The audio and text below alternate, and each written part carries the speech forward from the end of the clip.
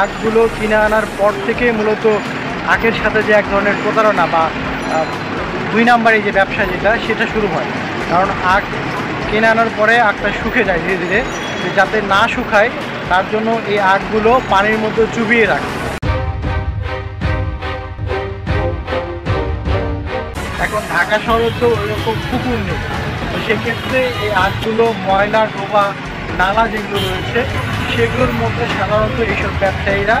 এগুলো ডুবিয়ে রাখে। তাহলে এই আখ কিনে আনার পর থেকেই কিন্তু ময়লা পানি যেগুলো আছে বা দূষিত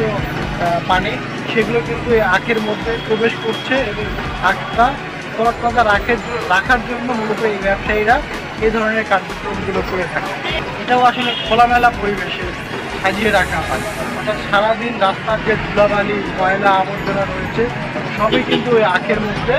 পড়তেছে। ওরা কিন্তু একটু সাবধানতা অবলম্বন করলে ঢেকে রাখতে পারতো, কিন্তু ওরা ঢেকে রাখে না, খোলামেলাভাবেই রাখে এবং সেই আখটা সেখান থেকে এই ময়লা পানিযুক্ত যে দোকানওয়ালা থাকে সেখান থেকে আখগুলো তুলে এনে দোকানে আনার পরে সেগুলো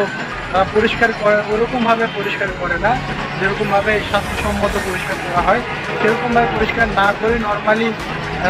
পানি নিয়ে এনে পানিতে পরিষ্কার করে, এরপরে আখগুলো ছেলে যে পোকাটা থাকে সেটা স্বাভাবিকভাবে সামান্য ইয়েতে ছেলা হয়। ছেলার পরে আসলে ওরা দোকানে যেভাবে সাজিয়ে রাখে, যে পানির মধ্যে জীবাণু থাকে, আমরা যে পানিটা খাই অনেক সময় বাসা বাড়িতে যে পানিটা খাওয়া হয় সেটা ফুটিয়ে খাই, অনেক সময় জীবাণু নিঃসরণ করে তারপরে সেই পানিটা খাই। কিন্তু এখানে যে বরফ বানানো হয় সেই পানিটা যে ব্যবহার করা হয় সেটা কোনো জীবাণু করা হয় না, সাধারণত ট্যাপের পানি দিয়েই বরফ কলের মাধ্যমে বরফ তৈরি করা হচ্ছে এবং এই বরফটা সাধারণত তৈরি করা হয় মাছে ব্যবহার করা হয়। পরবর্তীতে মেশিনের মাধ্যমে যে রস বের করা হয়, আগে সাধারণত